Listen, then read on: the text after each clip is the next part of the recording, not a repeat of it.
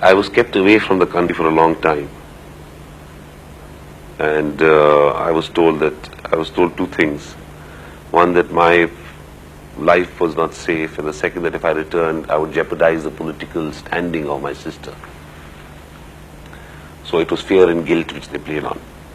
The fear didn't matter for me because I knew I was innocent, but the guilt continued to linger. When she was first-time Prime Minister, and I didn't want to come back because I didn't want to live with the thought that if I had returned and somehow government fell out, we forever be held responsible. But in the end, it was no longer possible to stay out, and my mother herself was telling me from the beginning that you must come back and face the cases in court. And finally, it was her opinion and others' overwhelming opinion which I had to follow. I could not forever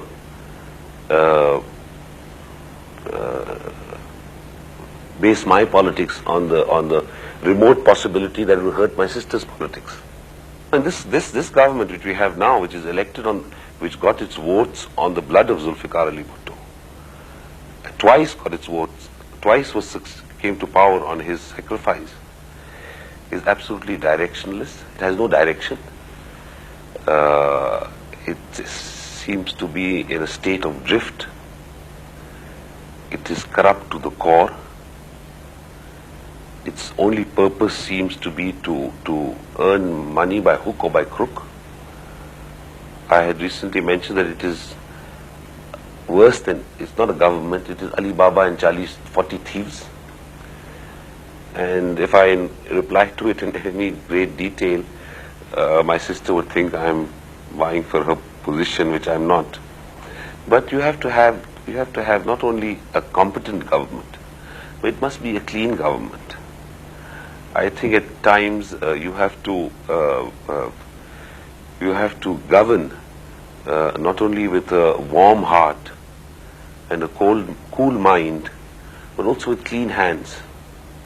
I mean, sometimes those hands may have to be iron-fisted, but they must be clean.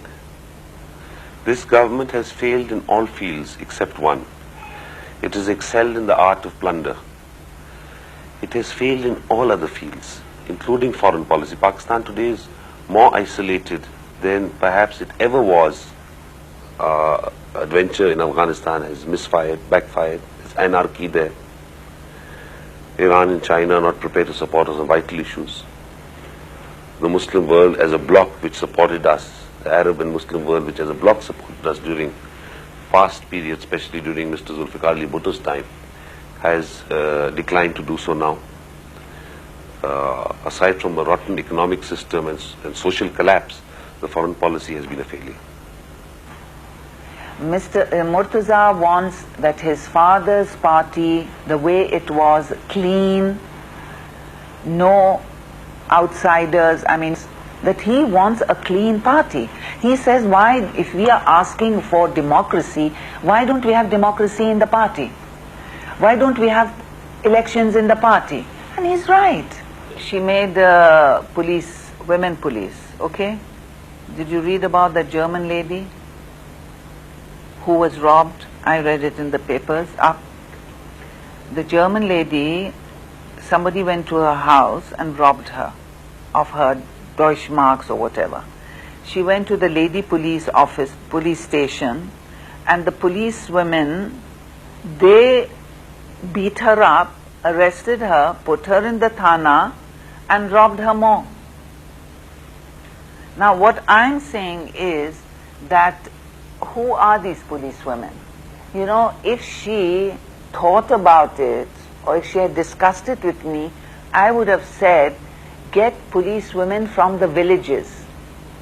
There are a lot of women from the villages who are clean, who don't know the chalaki and things of the city. They have not lived in the cities, and they are more honest. Believe me, they are much more honest. Mr. Bhutto's government was a government with a comprehensive socio-economic program and also a vital political program. He provided the first constitution, democratic constitution to this country. He provided land reforms to the peasants, to the farmers. He provided labor reforms to the laborers.